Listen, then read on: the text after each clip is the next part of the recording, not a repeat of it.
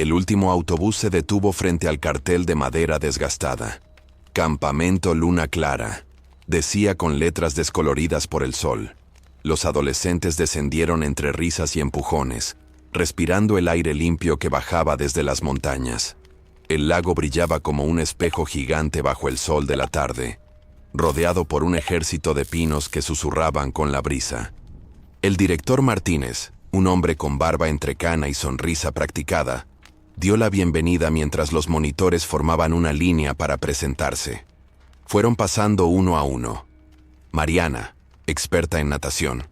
Carlos, instructor de supervivencia. Lucía, enfermera del campamento. Pero cuando llegó el turno del último, algo cambió en el ambiente. Él es André, nuestro nuevo monitor de actividades nocturnas, anunció Martínez. André no sonrió. Su piel era demasiado pálida para alguien que trabajaba al aire libre. Tenía ojeras profundas y un cuerpo delgado pero fibroso, como un corredor de larga distancia. Sus ojos, de un marrón casi dorado, parecían evitar constantemente la luz directa. «Bienvenidos», murmuró, y su voz sonó como si no la hubiera usado en días. Algunos chicos intercambiaron miradas. Una niña se acercó a su amiga y susurró: «¿Viste sus manos? Tiene cicatrices raras». Mientras los grupos se organizaban, André permaneció apartado, observando cómo el sol comenzaba su descenso hacia el horizonte. Su mirada se perdió entre los árboles más densos, donde la oscuridad ya comenzaba a formarse. Algo en él parecía estar escuchando un llamado que nadie más podía oír. Los fuegos artificiales estallaron sobre el lago, pintando el agua con reflejos rojos y azules.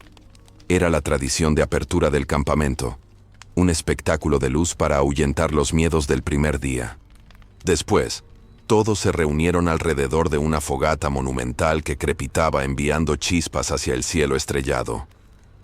«¿Quién quiere contar la primera historia de terror?», preguntó Carlos, iluminando su rostro desde abajo con una linterna, creando sombras monstruosas en sus facciones. Los adolescentes se amontonaron más cerca unos de otros, envueltos en cobijas y emoción. Las historias comenzaron a fluir. Asesinos con ganchos por manos, fantasmas vengadores, muñecas poseídas. Cada narración terminaba con gritos y risas nerviosas. A unos metros de distancia, sentado sobre un tronco caído, André observaba. No sonreía, ni participaba.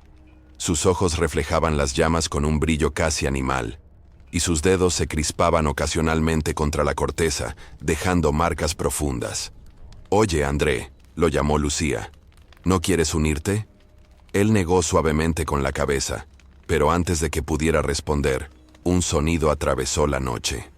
Un aullido largo y profundo, demasiado cercano, demasiado potente para ser un simple coyote. El silencio cayó sobre el grupo. Las risas se congelaron. «No se preocupen», dijo Martínez, forzando una sonrisa. «Son solo lobos en las montañas, muy lejos de aquí». Pero Andrés sabía que no era cierto. Sus pupilas se dilataron y sus fosas nasales se ensancharon, captando olores que los demás no podían percibir. Sus músculos se tensaron bajo la ropa como cables de acero. La bestia estaba cerca. Y la reconocía. El grito de Mariana despertó al campamento al amanecer. Los monitores corrieron hacia el lago, donde la joven señalaba con mano temblorosa hacia la orilla opuesta. Allí, entre los juncos, yacía la masa sanguinolenta que alguna vez fue un ciervo adulto. La cabeza había sido arrancada del cuerpo, y las entrañas se esparcían como una macabra alfombra sobre el lodo. «Dios mío», exclamó Lucía, tapándose la boca. «¿Qué pudo hacer algo así?». El director ordenó mantener a los chicos lejos mientras examinaban la escena. Andrés se acercó al cadáver y se agachó, estudiando sin aparente repulsión los bordes dentados de las heridas. Tocó la sangre coagulada con la punta de los dedos y cuando creyó que nadie lo veía, los llevó brevemente a su nariz, inhalando como un catador de vinos. «Fue un lobo», declaró con una seguridad escalofriante. Carlos negó con la cabeza. «Imposible. No hay lobos en esta región desde hace décadas». Pues uno ha vuelto, insistió André. Martínez se alejó unos pasos y señaló. Miren esas huellas. Las impresiones en el barro eran inquietantemente grandes, con 5 dedos terminados en marcas de garras que se hundían profundamente en la tierra blanda. Pero lo más perturbador era el patrón. Comenzaban como patas de animal y gradualmente se transformaban en huellas humanas que desaparecían en el bosque. Andrés se quedó mirándolas en silencio, mientras una gota de sudor frío le recorría la espalda. Esa noche, bajo su almohada, escondería cadenas de plata. Julia no podía dormir. Algo en André la inquietaba desde el primer día. Sus ausencias durante las noches, su manera de mirar la luna creciente, cómo se alejaba durante las comidas. Había notado también los calmantes que tomaba a escondidas, cómo sus manos temblaban al atardecer. Aprovechando que él guiaba una excursión, Julia se deslizó en la cabaña de los monitores masculinos. El espacio de André era austero. Una cama sin hacer, una mochila gastada, un cuaderno cerrado con una correa. Dudó un instante, pero la curiosidad pudo más. Bajo el colchón encontró frascos de medicamentos sin etiquetas. En su mochila, ropa interior manchada con lo que parecía sangre seca. Y en un compartimento oculto, algo que le heló la sangre. Garras metálicas, como prótesis, y una cadena de plata con eslabones rotos. El cuaderno contenía dibujos obsesivos de lunas en diferentes fases y anotaciones frenéticas. 14 días desde la última. El hambre aumenta. Las voces no callan. El crujido de la puerta la paralizó. André estaba en el umbral, su silueta recortada contra la luz exterior. Sus ojos brillaban con un tono amarillo imposible. ¿Qué crees que estás haciendo? Su voz sonaba diferente, más grave, con un matiz animal. Yo buscaba aspirinas, mintió ella, retrocediendo. André avanzó, cerrando la puerta tras él. El aire se volvió denso, casi irrespirable. Cuando él sonrió, Julia vio que sus dientes parecían demasiado puntiagudos. No deberías meterte en asuntos ajenos, susurró él, acercándose. Hay cosas que es mejor no saber. La mirada que le dirigió casi la hizo desmayar. El espejo del baño comunal devolvió a André una imagen que apenas reconocía. Sus ojos, normalmente marrones, ahora pulsaban con un brillo ambarino que se intensificaba con cada latido. Las venas de su cuello y sienes sobresalían como cuerdas tensadas a punto de reventar. Sudaba profusamente, pero su piel estaba fría al tacto. «Solo 3 días más», murmuró, tragando otra pastilla sin agua. 3 días hasta la luna llena. Las alucinaciones habían comenzado esa tarde, durante la clase de tiro con arco. De repente, los adolescentes ya no eran personas sino presas. Podía oír el bombeo de su sangre, oler su miedo y excitación. Tuvo que alejarse corriendo, encerrarse en el baño y morderse el antebrazo hasta sangrar para contener el impulso. Ahora, encerrado en su cabaña, André preparaba lo necesario. Sacó las cadenas de plata que había comprado en una tienda de ocultismo, después de que las anteriores fallaran. Esta vez serían más fuertes, tenían que serlo. Se amarraría a la estructura de la cama, lejos del campamento, en una cabaña abandonada que había descubierto durante sus exploraciones nocturnas. Sus huesos comenzaron a doler, como si quisieran expandirse dentro de su carne. Sintió cómo sus dientes presionaban contra las encías, ansiosos por alargarse. Un dolor punzante le recorrió la columna cuando sus vértebras empezaron a realinearse involuntariamente. «Todavía no», gruñó, inyectándose un tranquilizante directamente en la vena. «Aún no es tu tiempo». Pero algo dentro de él, algo antiguo y hambriento, simplemente rió. La bestia sabía que esta vez las cadenas no serían suficientes. La luna se acercaba, y con ella, la liberación. A las 9:42 de la noche, el generador principal del campamento falló. Las luces parpadearon 3 veces antes de rendirse ante la oscuridad. Gritos de sorpresa y risas nerviosas llenaron el comedor donde los jóvenes cenaban. El director Martínez ordenó calma mientras Carlos buscaba linternas. «¡Silencio todos!», gritó Lucía de repente. «¿Escuchan eso?». En el vacío que siguió, un sonido se filtró desde el exterior. Algo pesado corriendo entre las cabañas, respirando agitadamente. Pasos que no eran completamente humanos. El conteo comenzó inmediatamente. Faltaba Mateo, un chico de 13 años que había salido al baño minutos antes. 3 monitores, incluida Julia, salieron a buscarlo con linternas. La luna llena, inusualmente grande y teñida de rojo por el humo de un incendio lejano, iluminaba el campamento con un resplandor sanguinolento. «¡Mateo!», llamaban, sus voces rebotando entre los árboles sin respuesta. Julia se separó del grupo, siguiendo un rastro de pisadas en el barro. Las huellas la condujeron hasta la orilla del lago, donde encontró un tenis flotando. Lo recogió con manos temblorosas. Estaba empapado en sangre todavía fresca. Algo se movió entre los juncos. Un gruñido grave vibró en el aire nocturno. Julia levantó su linterna, y por un instante, 2 ojos amarillos le devolvieron la luz, brillando como faros en la oscuridad. Detrás de esos ojos, una silueta enorme se erguía sobre 2 patas, con hombros demasiado anchos y brazos demasiado largos. No era un oso, no era un hombre, y estaba mirándola fijamente. «No podemos simplemente ignorar que un niño ha desaparecido». La voz de Julia se alzaba por encima de las demás en la oficina del director. Afuera, la lluvia había comenzado a caer, dificultando cualquier búsqueda. Martínez se pasaba las manos por el cabello canoso una y otra vez. «Ya llamé a la policía y al guardabosques. Llegarán por la mañana si el camino lo permite». La desaparición de Mateo había sido explicada a los otros chicos como un traslado de emergencia al hospital por apendicitis. Una mentira piadosa para evitar el pánico. Pero los monitores sabían la verdad. Algo acechaba en el bosque. «¿Dónde está André?», preguntó Carlos súbitamente, mirando alrededor. «No lo he visto desde la cena». Un silencio incómodo llenó la habitación. Julia apretó los labios, recordando los ojos amarillos en la oscuridad, las garras metálicas bajo el colchón de André. Pero sus sospechas sonaban demasiado descabelladas para compartirlas.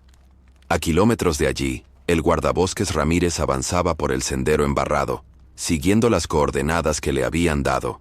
Su linterna iluminaba troncos azotados por la lluvia, creando sombras danzantes a su alrededor. Se detuvo frente a un pino gigantesco. La corteza estaba desgarrada a la altura de un hombre, con surcos profundos que solo podrían haber sido hechos por garras enormes. Tocó las marcas con los dedos. La resina estaba fresca. Un crujido de ramas lo hizo mirar hacia arriba.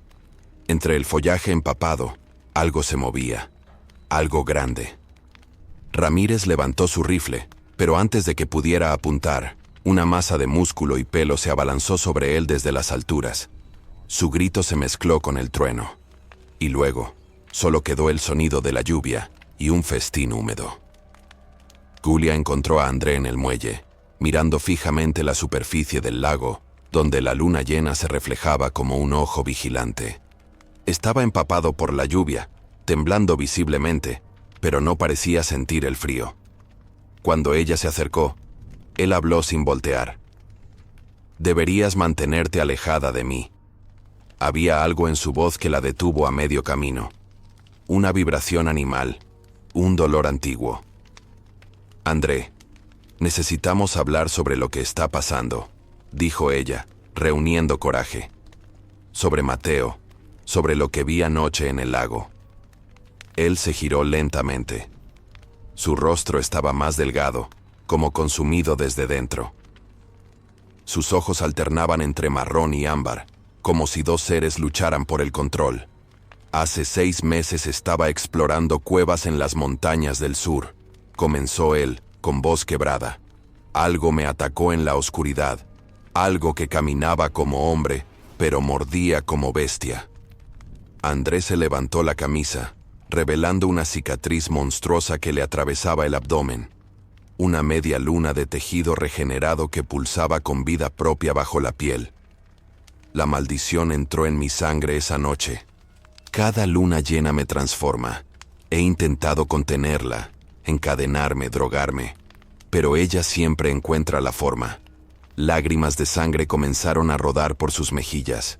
Sus dientes ya se estaban alargando visiblemente. Pensé que aquí, aislado, podría controlarla. Me equivoqué. Debes irte, Julia. Toma a todos los que puedas y huye antes de la próxima luna. Yo ya estoy perdido. Julia extendió una mano temblorosa hacia él. Déjame ayudarte. Andrés sonrió con tristeza. Nadie puede ayudarme. La bestia ya ha decidido a quién devorará esta noche. El sueño llegó a André como una muerte piadosa tras horas de resistencia. En la oscuridad de su conciencia, las imágenes fluyeron como sangre caliente. Él corriendo a 4 patas por el bosque, músculos expandidos desgarrando su propia piel, mandíbulas alargadas probando carne joven. Niños gritando, huesos quebrándose entre sus dientes. El sabor metálico del miedo. Despertó sobresaltado, jadeando. La cabaña estaba en penumbras, iluminada apenas por la luz menguante del amanecer. Las cadenas de plata yacían rotas a los pies de su cama. Su cuerpo desnudo estaba cubierto de tierra, hojas y una sustancia oscura y pegajosa que se había secado bajo sus uñas, formando costras negruzcas. Con horror creciente, Andrés se llevó los dedos a la boca. El sabor inconfundible del hierro explotó en su lengua. Sangre. No era suya. Se arrastró hasta el pequeño espejo colgado en la pared, y lo que vio le arrancó un gemido animal. Sus ojos seguían siendo amarillos, salvajes, pero lo que congeló su corazón fue lo que no vio. El espejo mostraba la cabaña vacía detrás de él, pero no su reflejo. Como si ya no perteneciera al mundo de los hombres. ¿Qué he hecho?, susurró a la habitación vacía. Fragmentos de memoria comenzaron a regresar. El crujido de una costilla rompiéndose entre sus mandíbulas, el calor de entrañas expuestas al aire nocturno, el placer primitivo de la caza, y peor aún, el recuerdo de unos ojos infantiles mirándolo con terror absoluto mientras su garra descendía. André cayó de rodillas, vomitando bilis negra mezclada con trozos de algo que prefirió no identificar. La bestia había cazado anoche, y él recordaba cada bocado, cada grito, cada vida tomada. El monstruo ya no era solo la bestia. Era él también. La búsqueda de los desaparecidos se intensificó con la llegada de 3 patrullas policiales. El guardabosques Ramírez no había regresado, y 2 adolescentes más habían desaparecido durante la noche. El campamento se había convertido en una prisión de miedo, con niños llorando por llamar a sus padres y monitores, intentando mantener una apariencia de normalidad. Julia corría hacia la oficina central, donde el único teléfono del campamento podría conectarla con el exterior. La tormenta había derribado postes, aislándolos del mundo. Cuando finalmente alcanzó el edificio administrativo, descubrió el cable telefónico cortado limpiamente, como por un cuchillo muy afilado, o una garra. El viento se levantó repentinamente, soplando entre los árboles con un sonido que parecía llamarla. Julia. No era su imaginación. El bosque mismo parecía haber cobrado conciencia, observándola, esperando el momento para devorarla también. Regresó corriendo a las cabañas, donde encontró a Andrés sentado en el suelo, con la espalda contra la pared y los ojos cerrados. Su piel tenía un tono grisáceo enfermizo, y las venas de sus brazos pulsaban visiblemente bajo la epidermis, como gusanos negros retorciéndose. «¿Están muertos, verdad?», preguntó ella, cerrando la puerta tras de sí. «El guardabosques, Mateo. Los otros chicos». André abrió los ojos, ahora permanentemente amarillos. «Algunos siguen vivos. La bestia disfruta prolongando el juego». «¿Por qué me cuentas esto? ¿Por qué a mí?» «Porque ya no puedo contenerla», respondió con voz ronca. «Esta noche será la segunda luna llena. La transformación será completa, irreversible. Después, no quedará nada de André, solo la bestia». Levantó una mano temblorosa, mostrándole cómo los dedos se alargaban involuntariamente. cómo las uñas se ennegrecían y endurecían hasta volverse garras. «Mátame ahora, Julia», suplicó, «antes de que sea demasiado tarde». El cielo se despejó mientras el sol se hundía, como si la naturaleza misma quisiera asegurar que nada obstaculizara el ritual nocturno. El lago brillaba con anticipación, reflejando las primeras estrellas. En su cabaña aislada, André gritaba mientras su cuerpo se rebelaba contra sí mismo.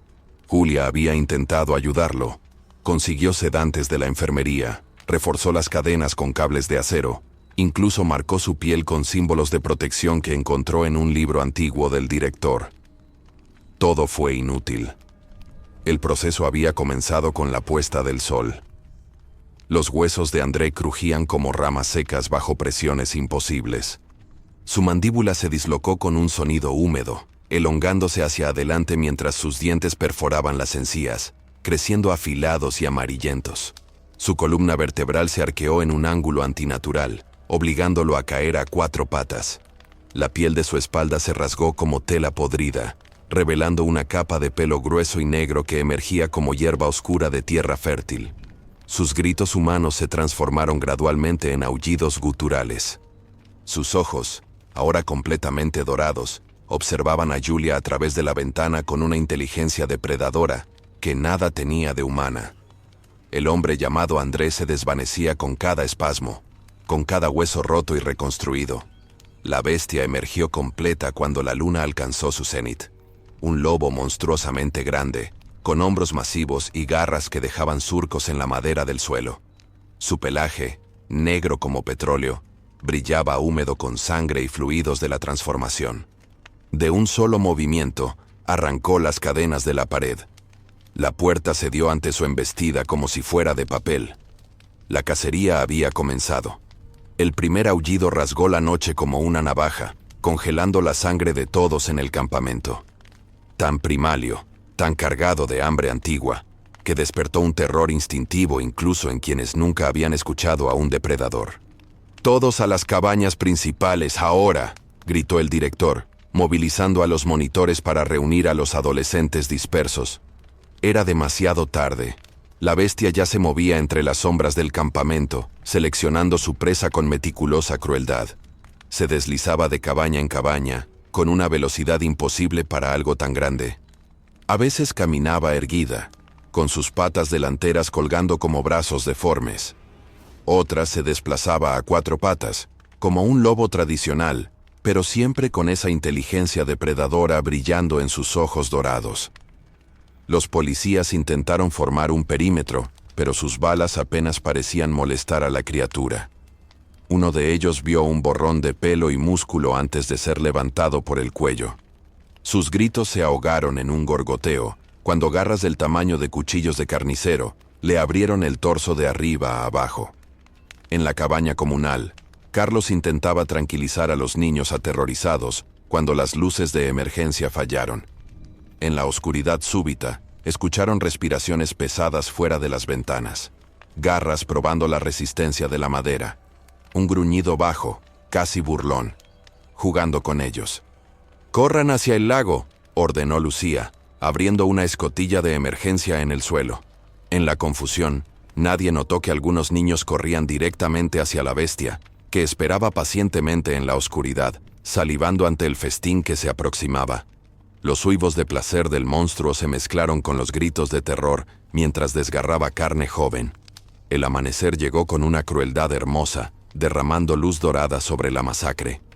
El reflejo de la luna aún persistía sobre las aguas del lago, ahora teñidas de un rojo oscuro, que se expandía como tinta desde los cuerpos que flotaban en la superficie. 5 cadáveres, 3 de ellos niños, mecidos suavemente por las pequeñas olas que lamían la orilla. Julia estaba sentada en el muelle, las piernas colgando sobre el agua ensangrentada. Entre sus manos, un crucifijo de plata manchado con lodo y algo más oscuro. No lloraba. Las lágrimas se habían secado horas atrás, cuando comprendió que no podría salvarlos a todos, que quizás no podría salvar a nadie. Los sobrevivientes se agrupaban en las cabañas centrales, demasiado traumatizados para hablar. Los 2 policías restantes habían establecido un perímetro, esperando refuerzos que no llegaban. Nadie mencionaba lo que habían visto en la oscuridad. Nadie podía ponerle nombre al horror. Entre los árboles, Julia distinguió movimiento. Una figura desnuda, tambaleante, emergió del bosque. André, o lo que quedaba de él. Su cuerpo estaba cubierto de sangre seca y arañazos profundos.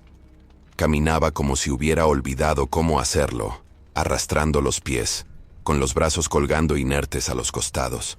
Cuando llegó junto a ella, sus ojos todavía conservaban destellos dorados entre el marrón natural. ¿Cuántos?, preguntó con voz ronca, casi irreconocible. 11 muertos.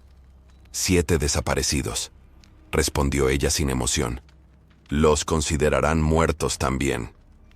André cayó de rodillas y vomitó bilis. En su mente, los recuerdos de la noche anterior se reproducían con claridad brutal. La textura de la carne entre sus dientes, la facilidad con que sus garras abrían cuerpos, el éxtasis salvaje de la matanza. Los recuerdo a todos, susurró. Cada grito, cada sabor. André despertó tendido sobre hojas húmedas. Su cuerpo desnudo estaba cubierto de sangre reseca y cenizas, formando una costra negruzca que se agrietaba con cada movimiento. La luz del sol le quemaba los ojos, demasiado sensibles después de la noche de cacería. Los recuerdos llegaron como puñaladas. Había sido consciente durante toda la masacre. La bestia le había permitido observar desde un rincón de su propia mente mientras usaba su cuerpo para matar. Recordaba cada rostro, cada súplica, la sensación de carne cediendo bajo sus garras, el sabor metálico de la sangre fresca. Se incorporó lentamente, sintiendo cómo sus huesos y músculos volvían gradualmente a su configuración humana. A su alrededor, lo que quedaba del campamento ardía. Alguien había intentado quemar a la bestia sin éxito. Las llamas habían consumido varias cabañas, pero no al monstruo. André caminó hasta el lago para lavarse. Su reflejo en el agua ensangrentada le mostró un rostro que ya no reconocía como propio. Más anguloso, con ojos permanentemente cambiados, con incisivos demasiado pronunciados para ser humanos.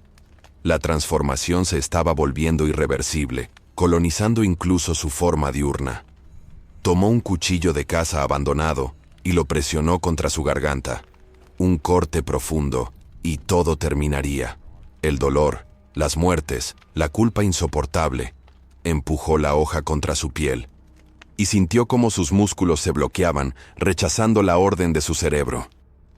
Intentó de nuevo. Sus dedos se abrieron involuntariamente, dejando caer el cuchillo. No era su decisión, comprendió con horror. La bestia no permitiría su muerte.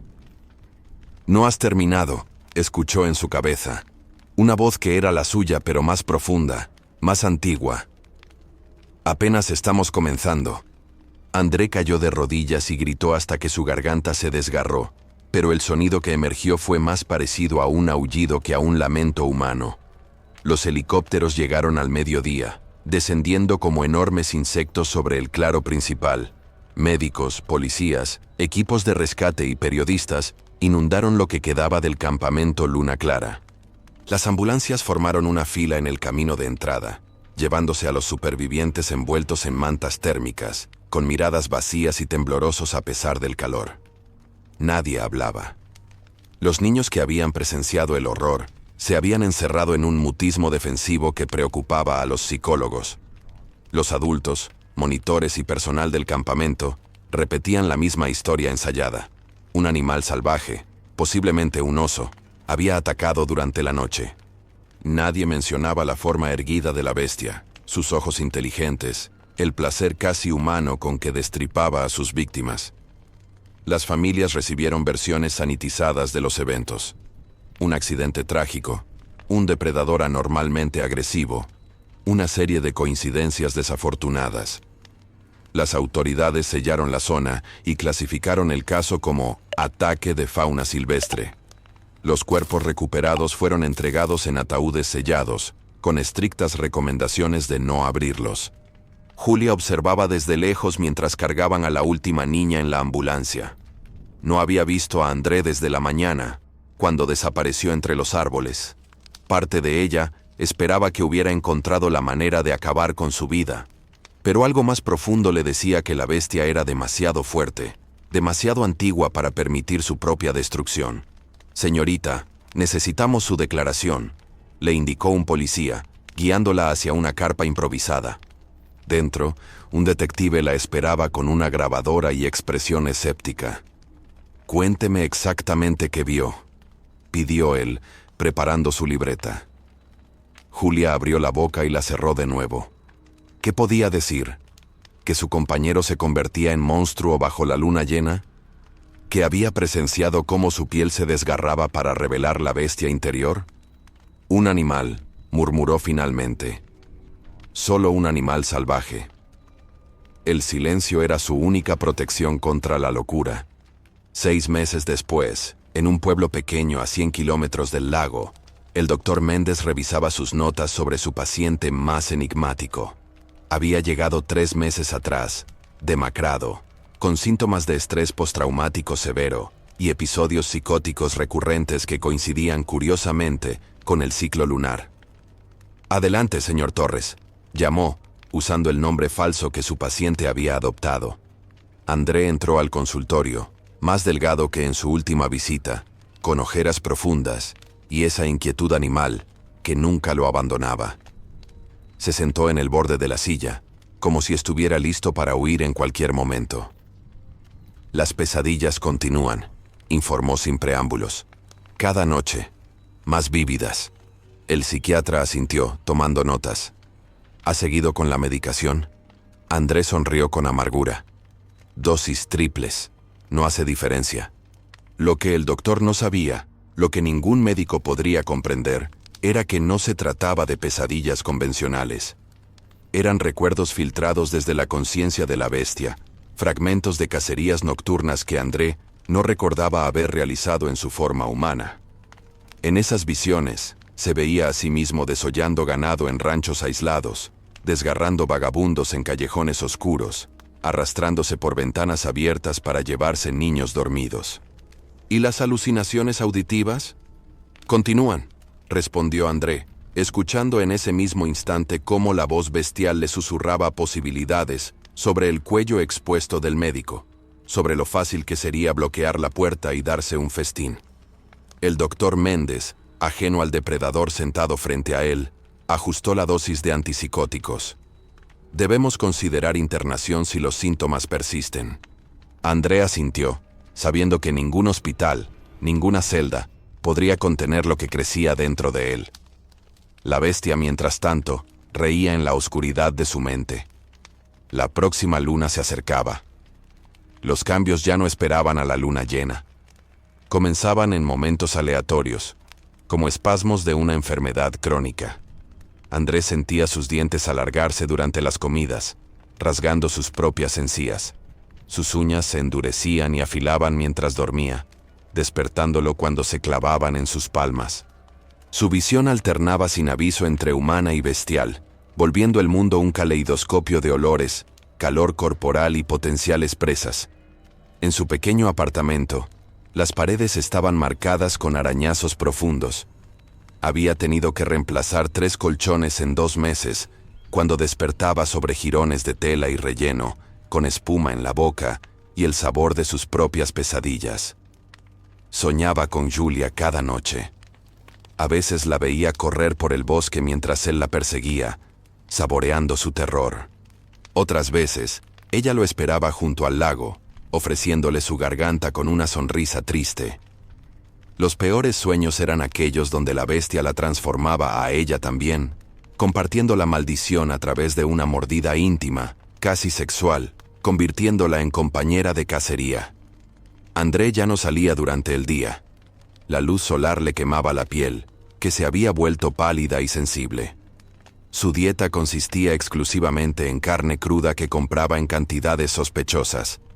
Los vecinos habían comenzado a evitarlo, percibiendo instintivamente el depredador que se ocultaba tras sus ojos amarillentos.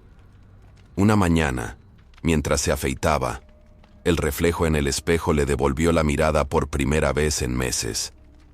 No era su rostro humano, sino el hocico alargado y los ojos brillantes de la bestia, mirándolo desde el otro lado del cristal, mientras su forma física seguía siendo humana. «Ya casi es hora», dijo su reflejo con voz gutural. «Volvamos al lugar donde comenzamos. Ella nos espera». André comprendió que se refería a Julia, y que la bestia tenía sus propios planes para ella. El instinto lo venció una vez más. Esa noche, empacó sus pocas pertenencias y tomó el autobús hacia las montañas, hacia el lago. El campamento Luna Clara había sido abandonado tras la tragedia. Carteles de prohibido el paso y propiedad clausurada colgaban de cercas oxidadas que nadie se molestaba en mantener.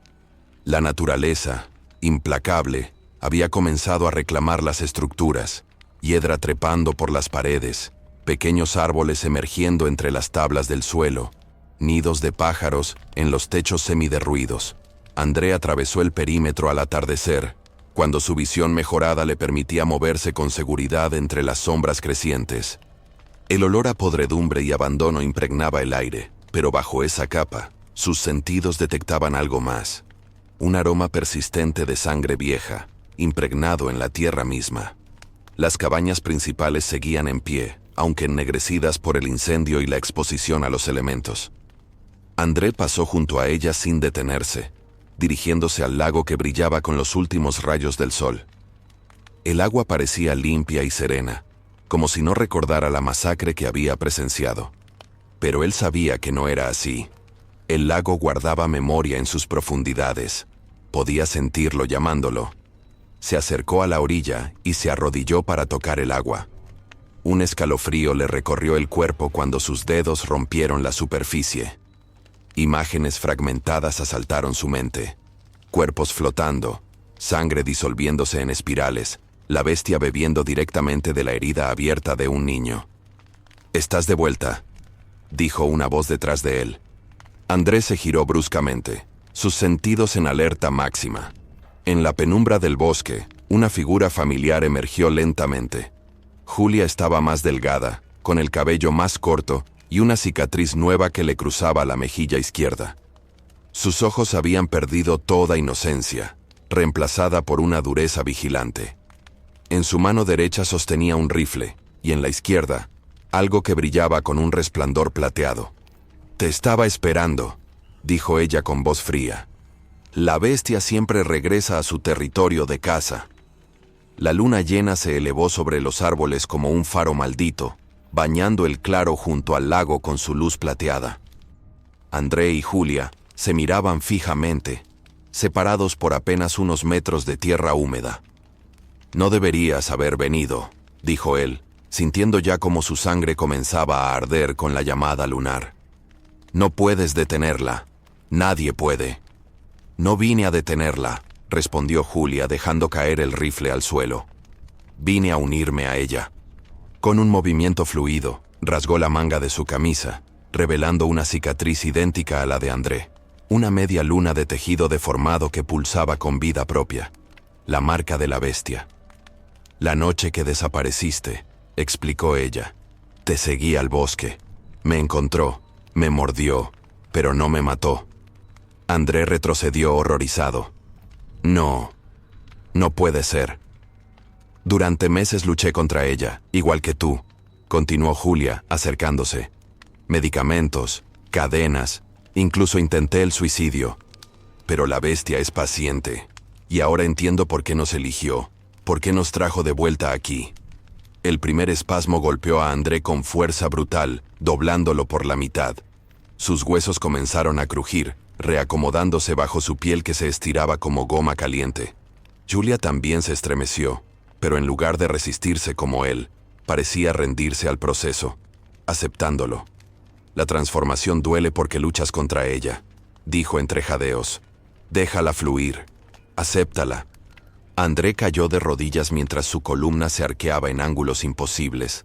Su piel se desgarró a lo largo de su espalda, revelando músculo que se expandía y pelo negro que emergía como una hemorragia oscura. Sus gritos se transformaron en aullidos cuando su mandíbula se alargó, rompiendo los límites de su rostro humano. Julia se transformaba frente a él, pero con una gracia antinatural, casi hermosa en su monstruosidad.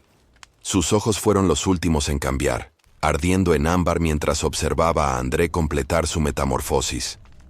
Donde antes había dos humanos atormentados, ahora se erguían dos bestias magníficas y terribles, comunicándose en gruñidos bajos que contenían significados más profundos que cualquier lenguaje humano. No quedaba rastro de André o Julia, solo la manada. 10 años después, el letrero oxidado que prohibía el acceso al antiguo campamento Luna Clara había desaparecido bajo la maleza. Los pueblos cercanos habían desarrollado sus propias versiones de la tragedia. Algunos hablaban de un asesino serial, otros de un oso rabioso. Los más viejos mencionaban en voz baja maldiciones antiguas que despertaban con la luna. Lo que todos compartían era la advertencia. Nadie debía acercarse al lago después del anochecer, especialmente en noches de luna llena.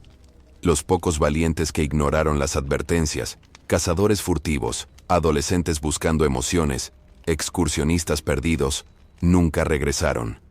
A veces, los residentes locales encontraban restos, mochilas destrozadas, zapatos solitarios con manchas oscuras, ocasionalmente un hueso pulido por colmillos que nadie se atrevía a identificar como humano.